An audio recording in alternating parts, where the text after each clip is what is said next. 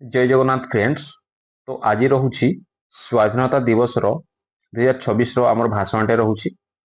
तो देखंतु मान्यवर मुख्य अतिथि सम्मानित अध्यक्ष महोदय महादया गुरुजन माने एवं मोर प्रिय सांगसाथी माने आपण को मोर नमस्कार।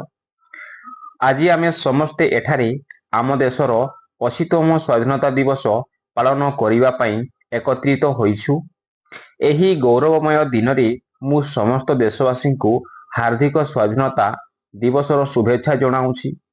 15 अगस्ट 1947 दिन भारत दीर्घ ब्रिटिश शासनरु स्वाधीनता लाभ करिथिला।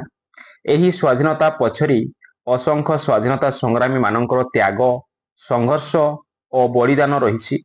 महात्मा गांधी सुभाष चंद्र बोस भगत सिंह चंद्रशेखर आजाद सरदार वल्लभ भाई पटेल जवाहरलाल नेहरू और अनेक महान संग्रामी को आजिर दिन में आमे श्रद्धार सह स्मरण करुछु। स्वाधीनता केवल विदेशी शासनरु मुक्ति नुहे, यह आमको दायित्व एकता श्रृंखला और देशप्रेम शिखाई दिए। आम देशर नियम को सम्मान करिबा, परिवेश को सुरक्षा करिबा, अन्य मानकु सम्मान देवा एवं निज कर्तव्य को सच्चट भावरी पालन करिबा उचित। आमे हेउछु देशर भविष्यत।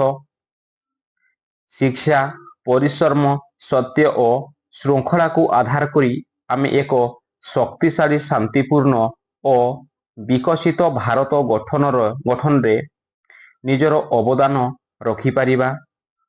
आसंतु एही पवित्र दिन रे आमे शपथ नेबा, देश को भल पाइबा, देशर एकता और अखंडता को सुरक्षा करिबा एवं भारतर गौरव को सर्वदा उच्चरी रखिबा।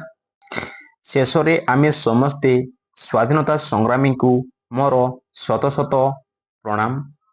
मु एतिकी कही मोर वक्तव्य शेष करुछि।